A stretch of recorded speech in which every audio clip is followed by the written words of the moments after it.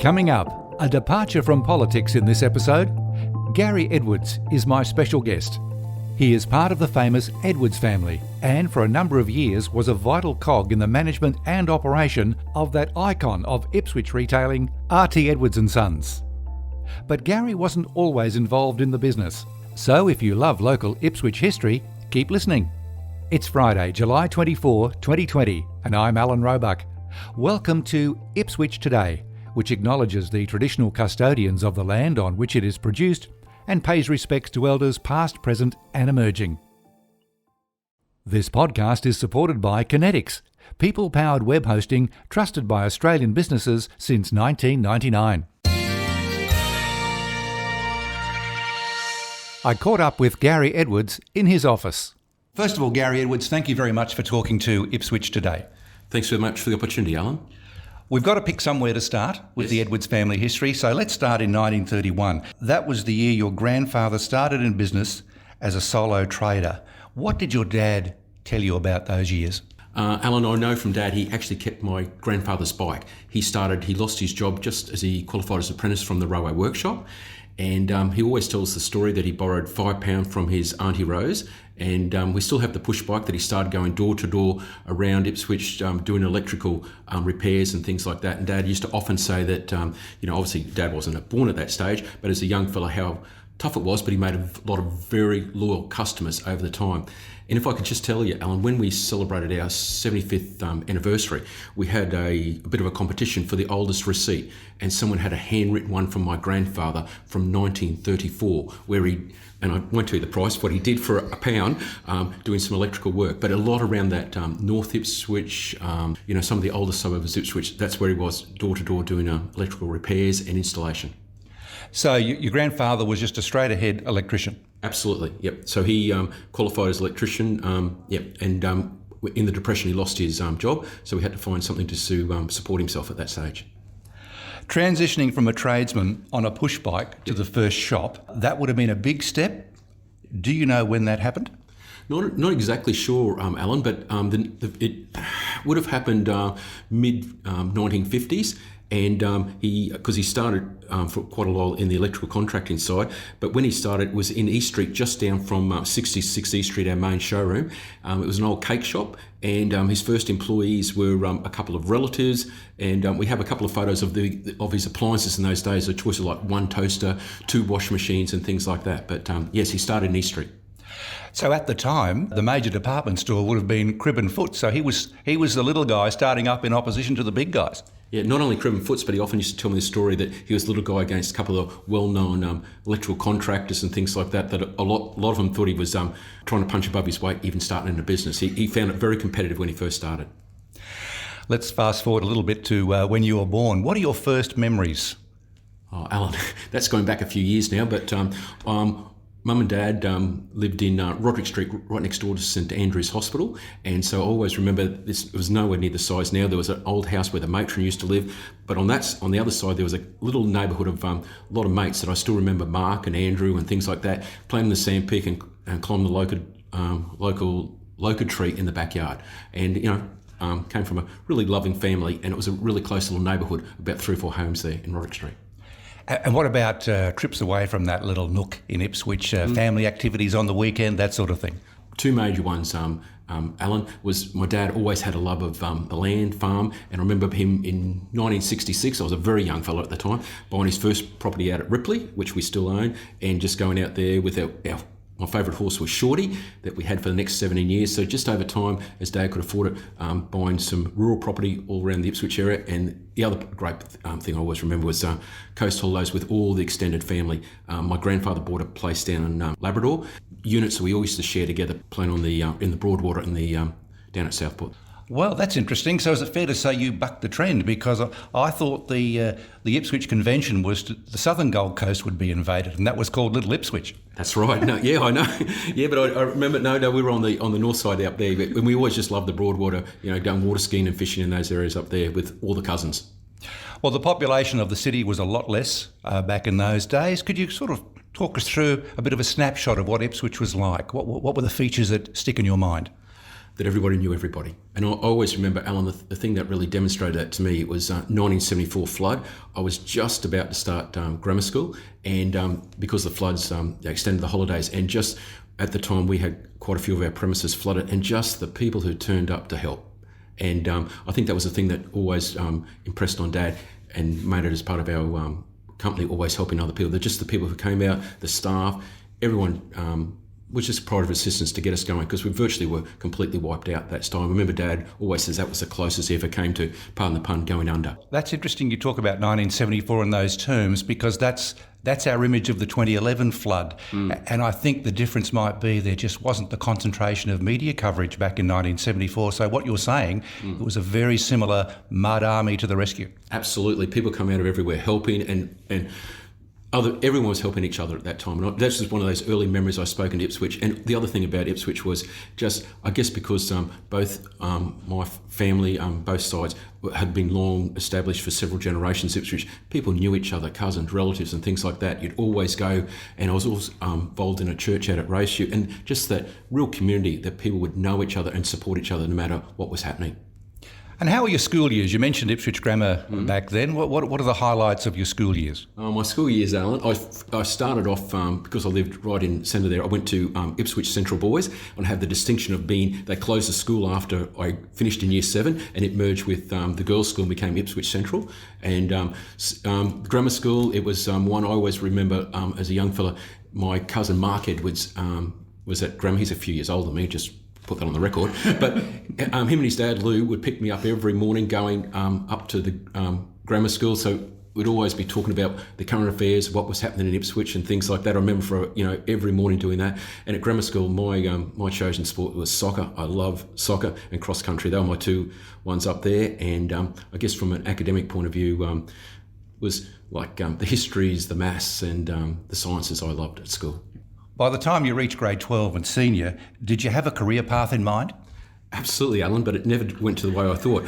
I loved tech drawing at school, and I thought I'd become an architect. So Dad had, obviously he was an electrician by trade and things like that, so he had never anything to do with the university. So he took me down I just started having like open nights down there. So I went to sign up to do architecture, and then while I was there, Dad goes, there's commerce, he said that might be of interest. So I went over there, and it was the guy on the night, and I still remember his name, really sold me on how that by doing a commerce degree could open you up to accounting, business and things like that. So ended up enrolling in that, went to uni and qualified, and then after uni I became a chartered accountant. Yeah, you set out on your own path. You really weren't involved in the family business at all at that period, were you? No, I was really almost, you could say, a deliberate strategy. I want to have my own career, so I worked for Arthur Anderson. They were based in Brisbane, and I used to do assurance work all around Australia with them, and they gave me the opportunity to work in Los Angeles for 12 months, and I specialised in mergers and acquisitions. So I probably worked for them for about 5-6 years, and I got to the stage where in my career to the next level of in the promotion scale, and that's when Dad always said if I ever was interested, he'd always welcome me back in the business. In those stages, we had 3 stores, Ipswich, Bevale and Goodna. And Dad always said he had a store at Warwick but had to close that down, he said, because he was running the business. At that stage, we probably had about 80, 90 staff. And he just said, look, I can't, physically, I can't grow it anymore. And he always said that he was great hands-on, but he said, I think he was very good at business, but he said that's when he'd like a bit of expertise. And he said, at my time, if I'd like to join him. So what period was that with only the 3 stores? What year are we talking about? Late 80s. Yeah, so and that was one of the things that when I came in, he deliberately said to me, he gave me 2 of the hardest areas in the business, and that was our radio TV section was losing money, and our furniture business, and he wanted to gave me the opportunity to completely independently to run them, to get them up into profitable, and they actually turned into very good parts of our business. And by doing that, then I had the opportunity that Dad said he would always look after the Ipswich, and that's when we started expanding. So we got up to over 22 stores, and it was often we would look at other family businesses would come to us and said, look, they'd want to sell out or things like that. So we bought stores all throughout southeast Queensland. Coming in as the son of the owner would have made for some interesting dynamics with staff who'd been there a long time. Were they looking at you with suspicion?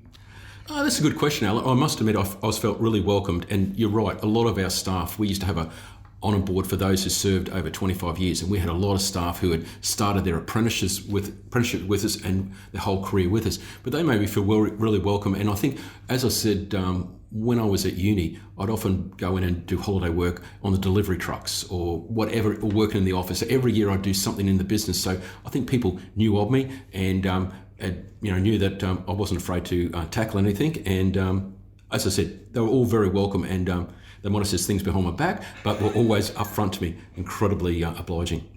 Well, I think one of the enduring memories for employees, and these are the stories I hear, that working at RT Edwards was like your second family. How would you describe the culture and the loyalty between employee and employer and vice versa? I think that's something I give my dad and my grandfather for developing. It was really truly a family. We did a lot of things together, like social things, picnics, stuff like that there. But we had a lot of different generations of the same family work with us. People met their partner working for us. And it was just, it was one of those things where we totally went out of the way that, to know what our staff would, how we could support them, what they were going through. And it was just a place where even to this day I'll still get up and meet old employees and their names of their wife, their family, their grandparents, their children, things like that. And it was vice versa. It was just I always try to take that to other places I've worked since, just that you're all one family and people would know each other and welcome each other and be proud to bring other generations into the family business. And how would you describe the overall contribution that your family made then to the fabric of the city? Oh, Alan, I don't know if a contribution, but it was one thing that my dad and my grandfather always impressed on me was, like Ipswich has been good to us. We should be, whatever we could do, assist the city, and be it in sponsorship, from the small things to choirs or soccer clubs or churches or things like that. It was always much, very much from my grandfather to give back to the fabric of the community. And often I didn't realise until when he passed away, I'd get these letters from people saying, I just want to say thank you for your grandfather. He assisted me doing this or doing that. And I had no idea of some of the things over his years. And he always looked at RT Edwards as a vehicle to assist a lot of people in the community. So it was probably ingrained in us to actually make sure that we were not a taker but a giver to the community. I mentioned before there were other famous retailing families in the city during that period. Did you have much to do with them during your time at RT Edwards? Oh, yes, we did. In some ways, there was, in Dad's generation, he had a couple of cousins in business. For example, one of his cousins was Ross Llewellyn, and another cousin was Garth Llewellyn from Action Realty, and another cousin, Ted Llewellyn, who had Llewellyn Refrigeration. So in a family-wise, and then one of my uncles owned Thorn Furniture, and another Edwards married Kingston Wallace. So there was a little bit of, and that was Leanne Edwards.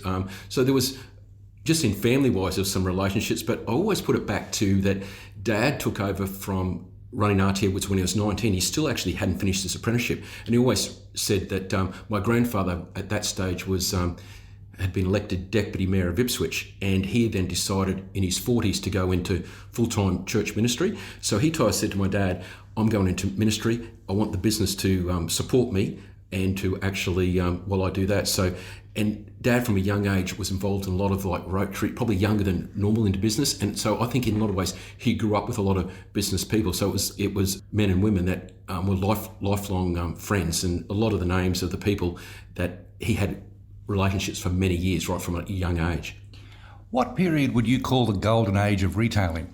Alan, I can only talk from the period I was there. Dad always says that he got a guy from Eric Foreman, who worked for us for about 25, 30 years, that we bought specifically from the UK to help service TVs when TVs first came to Queensland. And Dad went to Sydney to actually see the first broadcasting of TVs, and he goes, this is going to be something big. He always remembers that when TVs first came out, Eric would be there helping service. We could do it right from the beginning, and he's got photos of people bringing their chairs on the footpath, watching TVs, and he said would have set up the window, and he said often he'd get a phone call saying, could you come down and change the channel? So that was with TVs was a big jump off. But I always remember also when colour TV came in 73, and I remember again, my dad and my grandfather, we gathered at Ipswich one time just to see the first broadcast, and it was Channel 7, it was on the buses, it was the first test of a TV in colour. BTQ Channel 7, Brisbane's liveliest channel, welcomes you to 7's wonderful world of colour. Colour television, a whole new era in visual entertainment. And Another first for Channel 7. Oh, it's a great life on the buses. There's nothing like it, you'll agree. Just take a ride upon the bus. If you're through or in the thing, things are better than you think. Just color your world with a color machine called 7. But those eras of the colour TV, the VCR, the DVD, and just that we were really fortunate to be involved. It was a dynamic industry that there was always new product coming out all the time. People had an appetite for the latest and the what was happening. And I actually had the opportunity once to go to Japan with Panasonic, and they'd often tell me that Panasonic sales were only about 1 or 2% of the world sales in Australia, but they often released things early in Australia because Australia was a very good test market, and I think that gave us an opportunity. We love that excitement of new product all the time that was being launched. And how do you catch your own big night? Like this. You can preset this national up to 2 weeks ahead, and it's pro quality all the way through to the national TV set you watch it on. What more could an entertainer want? From National. The big entertainers in home video.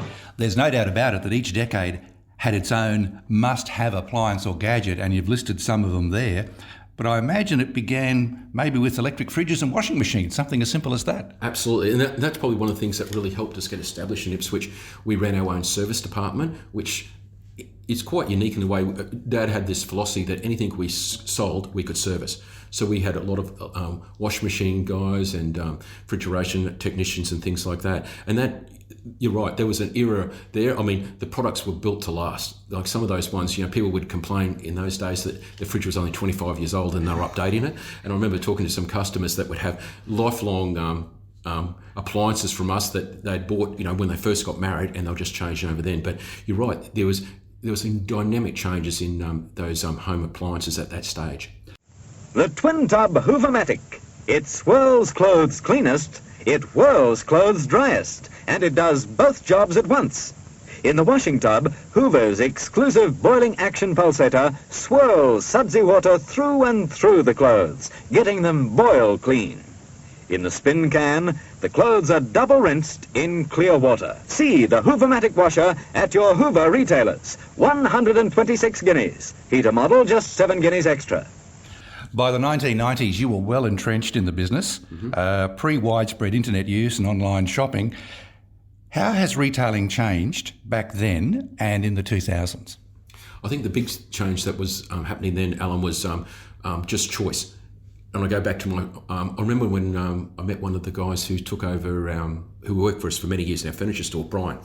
And he said that when he first started, there was 4 choices of vinyl: black, green, red or blue.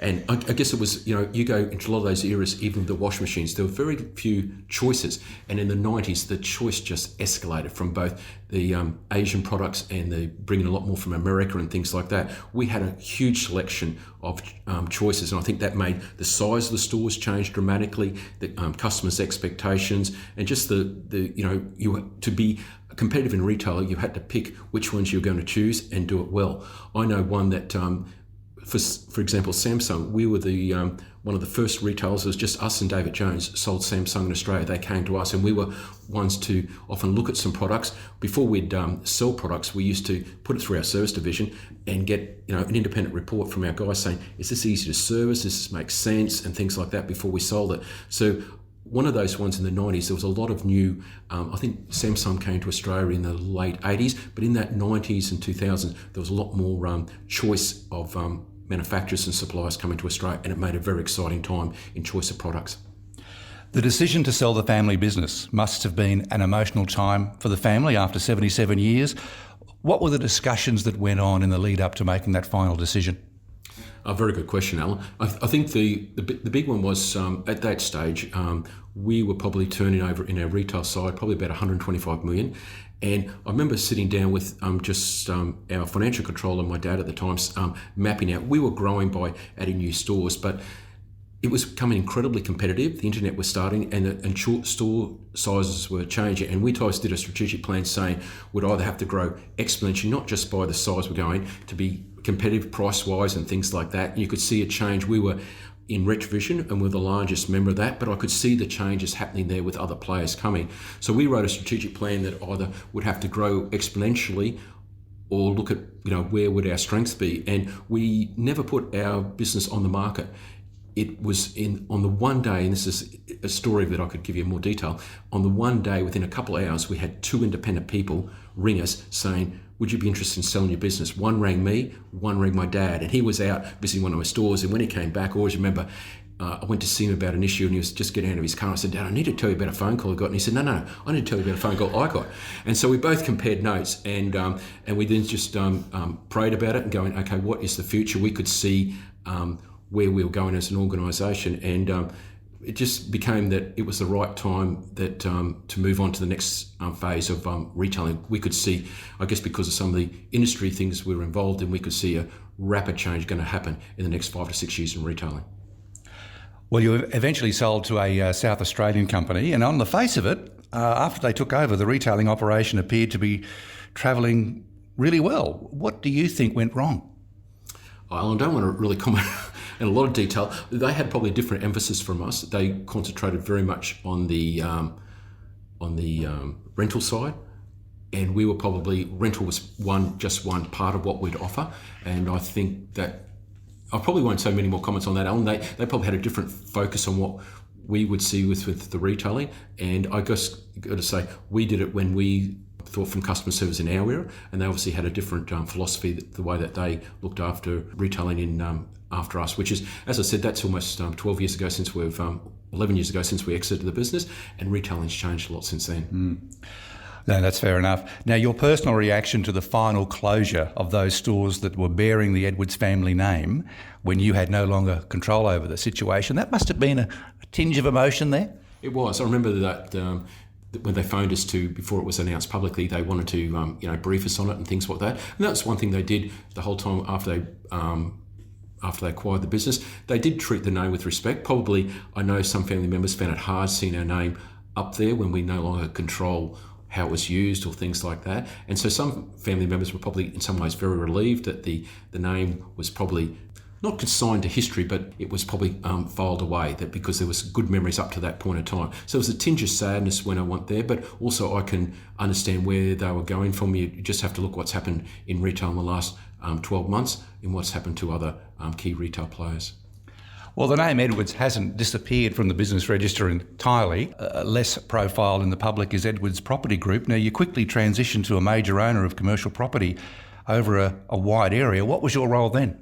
Yes, look, I was trying to look at a strategy of where we go forward. We sold the business, but we kept all the assets. And so we diversified not into development side, but into rental side with a lot of our properties. And I think being before that, we used to own properties, but sometimes we used to rent off many other people. And I think it gave us an empathy for various businesses. And I was really proud. We helped help a lot of new businesses with their first rental and things like that. And I think because we'd come from that hands-on thing, we worked very closely with a couple of businesses getting started, and we've kept all our properties within that southeast corridor, and it's probably given us an interest to still stay in both retail but broaden out into other areas. And we've still kept, as I alluded right at the beginning, my dad's always had a love of cattle, so we still have one of my brothers runs it with another cousin actually, cattle properties around the Ipswich area. So we've still got about 1,600 head of drought masters on about 10 or 12,000 acres around the Ipswich area. So we're diversified into a probably not as high a profile, but still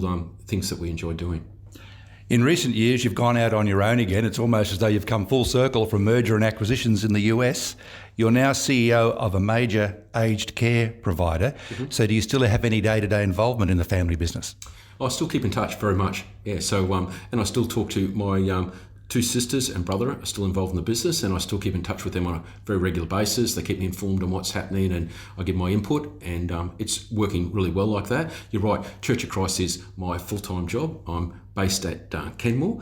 I now have 3,900 staff, Alan, as part of our organisation, so we're into aged care, retirement village, home care, child, youth and families, affordable housing, and we have churches as well. So it's diversified. It's just probably on a different scale than at RT Edwards. One more word about the Church of Christ role as CEO. Just briefly tell us how long you've been in the role and what the next couple of years holds. I was chair of the board, Alan, I was on the board for 8 years, chaired for 6, and I'm just coming up for 2 years as the CEO.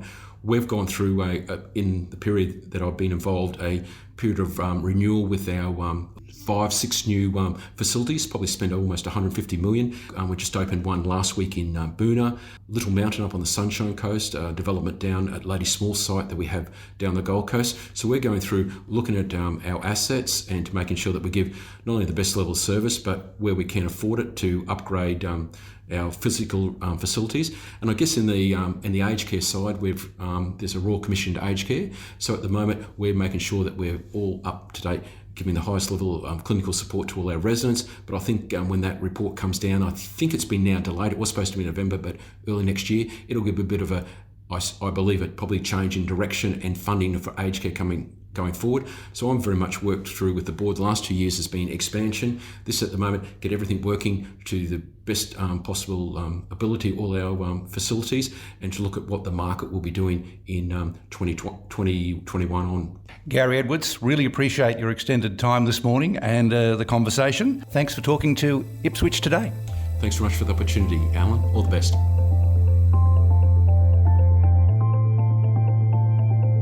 Ipswich Today is supported by Kinetics, people-powered web hosting trusted by Australian businesses since 1999. You can subscribe for free and share this podcast from your favourite app, including iHeartRadio, or play Ipswich Today from your smart speaker. Suggestions are welcome for future interviews and topics. Just go to the Ipswich Today website or Facebook page and leave a message. Music is supplied by Purple Planet Music. Additional audio sourced from YouTube with copyright held by the respective owners. This is Alan Roebuck. Thanks for listening.